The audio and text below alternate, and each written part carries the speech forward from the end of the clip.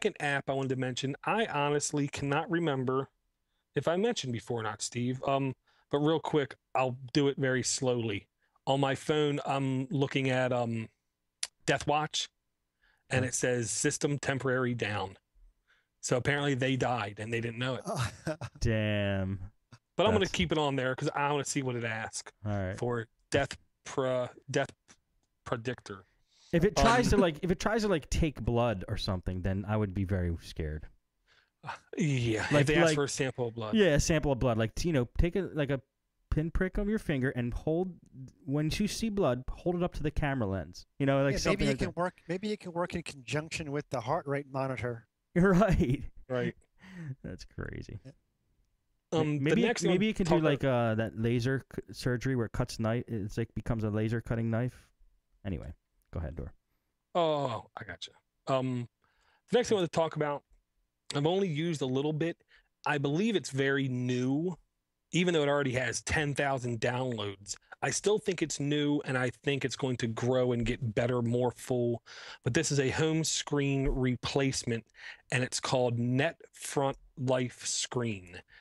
And the one thing I wanted to talk about it real quick was you do not have to root your phone at all to run alternate desktops, I call them, because this is a computer and your main interface is often called a desktop. Ooh, this one looks pretty sweet. This is a desktop.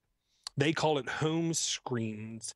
What I'm going to do next week, I'm going to come just loaded with a whole bunch of different home screen replacements, just telling you one or two lines about them. Bang, bang, bang, bang, bang, bang. Because on my phone alone, I have 1, 2, 3, 4, 5, 6, not counting the default. How's this one? This one, when you have over 200 apps, it takes a little bit of time to load, but it is very smooth. My only hang up about it is this. It's not geared towards large app installs because that bottom part of the screen, Yeah. that's a ring. And you can only put 2 custom applications that I know of in that ring. That's a quick, easy access. But I got to say, the apps that are integrated in with that ring shine. They shine. They're golden. Because when you go to an app on that ring, above it on the right screen, it will give you quick options, settings, or modes of that application. If you go to the settings, you'll get a very pretty screen up and down that will tell you like Wi-Fi settings, GPS settings, so forth and so on. So you can change them right there. You don't have to, jump around through a bunch of hoops. Since my phone is basically fresh, there's a couple of them I basically can't show you because it's kind of useless. But settings, it is really very nice. I know it's hard to see, but you basically can scroll up and down through them, and it's just right up in your face. You don't have to go dig through a lot of menus to find what you're looking for. Does that ring spin around like when you? Yeah. How do you do that? Wow, that's awesome. It's like a. You just drag it around. Whatever. And to get to the other screen, you just go on the top and slide over. And here's my only other gripe about this screen is that the application menu is not full screen. It's only half of the screen, and you only get 12 applications at a time. Then you have to rotate the cube. It's badass. I know. Oh, it's yeah. very nice. If they had a filtering mechanism or a category mechanism, I would like it more because I have over 220 apps. But this to me is well on its way to being one of the best. Yeah. I like I really am a big fan of it. Custom, I still like as my alternate one, but it just crashes so much. I can't suggest normal people to use it, or I'll think we'll start getting hate mail. That sucks. Well, hopefully they fix that. Well, what I'm doing now, I'm making it a point of every time any application crashes on me, I purposely stop what I'm doing and I make sure I send the report to them. I want them to know their app is acting up, and I want to know people are using it. And Dort, yeah, exactly. It's good that you do. It's really good you do that. Tell them also that you're talking about it on a show and that they better fix it fast. Well, that's what I did twice. I don't like pushing around weight because I weigh too much. But for certain apps, I think that's what they need. I hate saying it like that. And just one really super quickie. I mentioned Outdoors Trail last week. Open source Zelda-ish type RPG game. I'm really upset at myself because 4 hours or 3 hours before showtime last week, he did an update. Ever since I've ran that update, the game has not crashed on me a single time. Okay. Not once. You can go to code.google.com/p/Andor's Trail. You can download the entire source to it yourself. That's awesome. This guy is pretty cool. He seems like he's pretty cool. And, he sent like a list of things that you could assist. Like if you want to help in the creation of this game, the creator is open to that. He needs help. So Door's going to create some digital waffles and plant them in the game somewhere. Well, that's my secret goal, is to have like a power waffle hidden behind a lily pad or something, and like if you eat it, you have God mode for 30 seconds or something. Power waffle. That's great. That's the goal. But in reality, I downloaded the source code. He had to instruct me on how to open it up properly, and I might as well have been reading Hebrew. I honestly consider myself a fairly smart fellow. I do lots of coding, but this is totally alien to me, and I don't know how much I'm going to be able to help with the coding aspect of it. So I'm dedicated to socially and on his website contribute with like documentation and just talking about it, spreading the word about it, because open source games, I think their biggest issue is not getting enough publicity. Good man, Dor. It can be good. Good man. That's a good point, Dor. Yeah. And just last quickie, NetFront, the makers of the of that fancy looking desktop, they also make a browser that I just gotta mention real quick about. It's just called Browser, first off. Nothing fancy. Okay.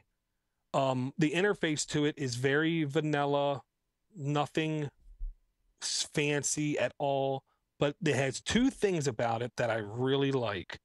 Let's go to a normal page real quick on my screen. Let me make sure we can see this correctly.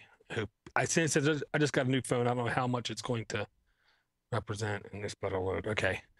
I don't know if it's going to work right, but the screen is actually smart to the point to where when you rotate, it can partially rotate. Okay. Let's see if it will do it. Keep going. See, it would have done it partially rotate. Yeah, I don't have the rotate option. Seriously, that's pretty cool. Wait a minute. I don't know if you can see it. It's doing it, but it's really hard to see. So you can literally hold it at an angle, like laying down in bed, and it will always be perfectly level. Is awesome. Now, the second thing that it does that I think is really cool. Oh, wow, man, it's so neat. That's pretty neat. Now, the second thing I think that's super cool is it has a button down on the bottom right-hand corner, which is a pair of scissors. Right. I seen this in a browser, like maybe Firefox a year or two ago. It's literally a pair of scissors. You click it once, and then you can draw a box around something, and it then turns it into a web snip that's saved like a bookmark, but it's literally a snippet of the page. So if you only want to, capture one little part, all you gotta do is go back to your bookmarks, and then you slide to a side. I can't remember which side it is. Maybe it's that side. And then right there's my scrapbook, and right there is my little snippet, and then I can see where I cut around. I see. And I saved it. That's awesome. That's right. Is that all part of NetFront? This is their browser.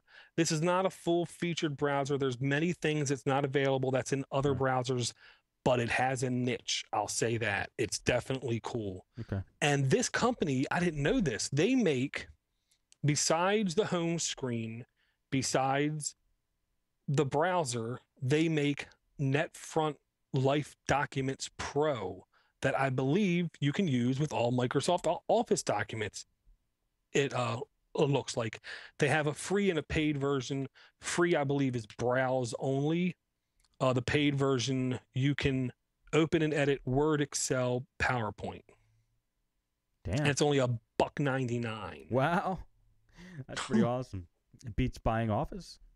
Anything beats buying Office. Yeah, I agree. Cool. Hey, have you guys played with the Galaxy Tab yet? No, I wish I have. I did. I played with it today. I was in Best Buy. No.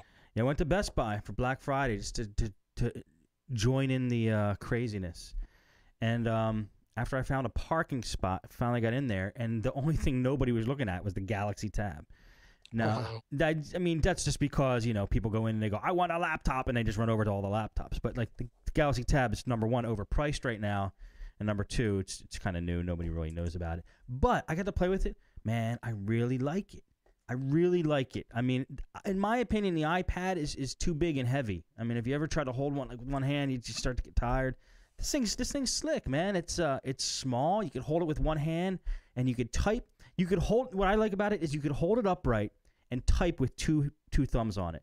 You know how you can't really do that? It's hard to do that with your Android phone, where you actually hold it upright and get two thumbs on it. For me, it's difficult. The Tab is big enough that I could hold it upright and still type with two thumbs on it. And I played Angry Birds on it. It's got a beautiful screen. It's snappy. It's smooth. It's just like the phone. I mean, it's just like a high-powered phone, with a fast processor in a little bit of a bigger form factor. And it's not real heavy. It's because it feels a little plasticky. It's not like metal backing or anything like that, as far as I know. But I really enjoyed it, and the apps are cool, and it's something I would even put widgets on because there's enough screen real estate. You can put widgets on it. It looks good. But I mean, it's $600 if you don't get activated with one of your with a carrier. If you get activated with a carrier, I think it's $399. So still, that's way too expensive. It's way too expensive. Isn't it like three? Wait, what's the screen size on that? Everybody's asking. 7.4. 7.4. And what's the battery life like on it? I don't know the battery life. Don't know. And do you know the what's the monthly charge? Isn't it like 30? Well, you'd have to get the data plan on the whatever carrier it is. So you could, if you bought it for $600, there's no monthly charge. You just use Wi-Fi. Yeah, that's not bad. But 24 by 600 screen. A little pricey. Yeah, it's very pricey. It's not worth $600. It's not. But then right next to it, there was a tab device called Intuos, I think, Intuos or something like that. Oh, we lost Steve D. And so I picked that up because it's the same form factor as the Galaxy Tab. Started playing with that. And it was like $300. I'm like, oh, this can't be that bad. What a piece of crap! It was just pure crap. The screen, you had to press so hard on the screen to make it do anything. And I started typing, like, just, how you touch type on your Android phone? You just go real fast and you type and the screen registers it. I typed like fast. It didn't register one letter. I had to stop and go and push each letter down physically. It was just a piece of crap. So what size screen did that have, Steve? It was around the same as. Really? It was like a Galaxy. How much did that cost? $299. $299. Okay, well, you're getting what you pay for, I guess. Not even. I mean, that's yeah. That's something that reminded me, like, the Kmart. Justifies the price difference, though. I guess. The price difference. Yeah, but it also made me realize you pick that thing up and it makes you want to buy the Galaxy Tab. That's how bad it was. But I liked the Galaxy Tab. I mean, some reviews are saying this thing's useless, completely stupid, blah, blah. I like it. I really like it. And I actually put it up to my head to see what it would feel like if it was my phone. But it doesn't have a speaker at the top of the screen, at the top of the device. So you can't really do it that way. You'd have to just be on speakerphone the whole time.